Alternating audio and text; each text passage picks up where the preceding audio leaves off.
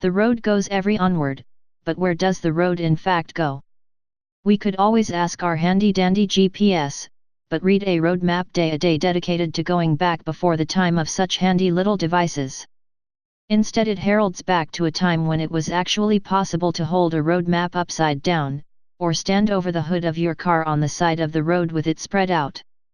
The map represented adventure, it represented places unseen and roads untraveled, and was the ultimate guide back to where we started. If we could find out where we were on it. So on this day, it's time to bust out an old paper map, it doesn't even have to be a recent one, and discover the wonders that these maps hold. No one says the map you read even has to be recent. Ever found yourself curious about the roads that Rome was so famed for? There are maps that exist for those, showing what ends of the earth they all traveled to. But let's assume you're going to stick to a more modern map.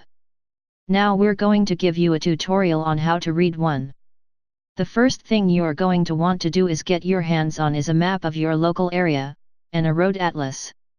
This last is particularly useful, as it includes a national map plus one of each state. You can generally find these in gas stations, bookstores, supermarkets, or if nothing else you can locate one online. You're going to want to get one that's been printed within the last 3 or 4 years to make sure they're accurate. Nothing worse than finding out a road or highway on a map has changed names and you're driving right by it. The next step is an easy one. You'll note that almost all maps, and especially the atlas, will have a grid laid out, numbered going one direction, lettered going the other. You can use these to find the coordinates of your starting point, and your destination. If you check the back of the atlas or map, you'll find that prominent towns are listed by their coordinates on the map. Locating and marking these with removable stickers will make finding them easier in the future, and give you a clear idea of your route. The next step is doing just that, finding your route. There's usually more than one way to get from a starting point to a destination, and there's lots of options to take along the way. If a highway is available, those generally serve as the most direct route between 2 points, otherwise you'll have to look for main roads, and side roads.